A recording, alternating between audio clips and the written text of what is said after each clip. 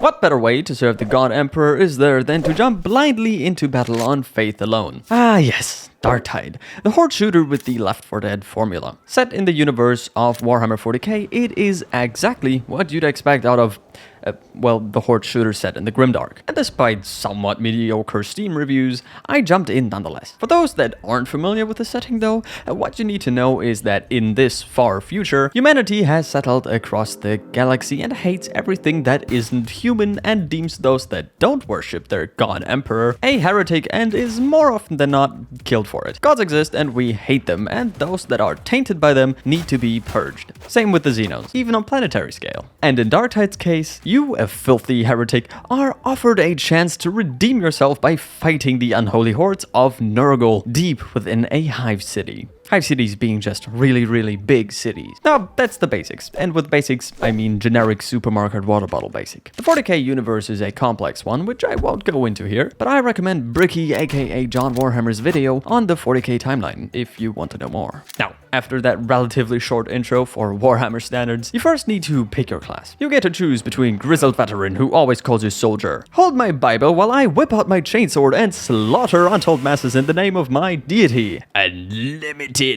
power, and your stereotypical D&D barbarian. Picked one? Great! Now just quickly click through some choices for your character background, which affect their voice lines, I think. Choices include, but are limited to, Honey, I blew up the kids, I can't see the mutants because of all the smog, Crazy, I was crazy once, no parents, and many more. Boom! Done! Welcome to Death Row. A convenient plot device to free you? How convenient! You save captor and they give you a second chance in return? How considerate. Sent to deal with the demonic hordes beneath this overcrowded super city? Sure, wait, what? Once rescued, or rather once you escaped from the prison transport, you are thrown on to, correct, another ship, this time with people who all see you as worthless cannon fodder. So not much has changed at all. But no need to fret, you get to do what you enjoy the most. Purge heretics, after being hit with a metric F-ton of cutscenes, that is. Now grab up to 3 of your buddies and hit the sewage tunnels, for you live to serve. And if you're lucky to live long enough, you might even get to atone for your sins. But in order to project the Emperor's might onto the unbelievers, you need some serious firepower. And while some weapons are exclusive to certain characters, like the big heavy grenade launcher or shotgun to the Ogren, since a normal Humi probably wouldn't be able to carry one, for the most part the weapons, both melee and ranged, are accessible to every class. Some of my favorites include the trench shovel to smite heretics like the creek intended, the sword of fine smithing craft, and of course, the chainsword.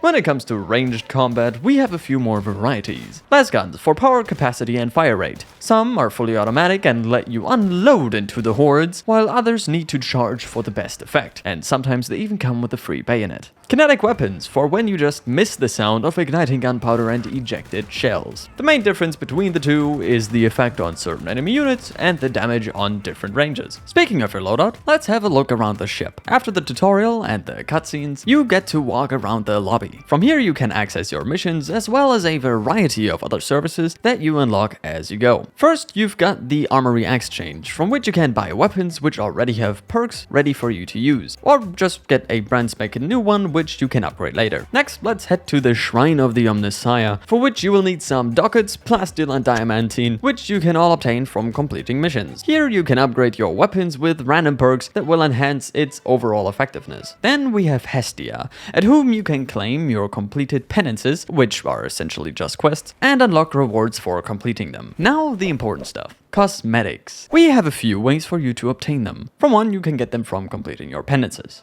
Next, you can go to either the commissary to spend your hard-earned cash, or to the Commodore's vestures where you can buy cosmetics thanks to microtransactions. Now that you have what you need to combat the unholy hordes of chaos, we need to talk about these things, which brings us to the talent tree. Here you have your skills, which provide you with increases to health, toughness, damage, it includes different abilities, and more. You know how skill trees work. One unique thing about talents in Darktide is that you can reassign them and even create multiple presets for different playstyles. And since you have a different set of talents for each class, every character you use will have a different focus. Okay, with all of that covered, it is time to head to the mission terminal. You know, that large glowing thing over there you can't miss. You've got plenty of mission types to choose from, which range from kill everything and do this small thing on the side to kill even more and do this small thing on the side. Which isn't a complaint, it's the point of the game. You pretty much get dropped in and are told to get it done in the name of the Emperor, and maybe even survive while you're on it. And whether you believe it or not, absolutely mowing through unholy hordes is a lot of fun. The mission objectives you have are simply there to give you a purpose, and it works well. Sometimes you have to extract or upload data and hold off masses of enemies, while at others you have to find growths and destroy them to bring a system back online. If you feel like spicing things up, however, you can always choose this silly thing on the side over here. Remember that one person from the prison ship that you helped to survive? She's got some below the radar goodness for you. Be careful though, because those damn chaos worshipping traitors pack a punch. And so goes most of what you do. You drop into the lower city, pursue a primary objective, and snuff out heresy all over the place. And sure, Darktide has its flaws, ranging from performance issues to upsetting the Steam community. But despite that, I still think Darktide is a good game when you just want to mutilate some heretics. Just make sure that you meet the system requirements. Now, if you'd excuse me, I need to hide before the tech priest gets her hands on my phone.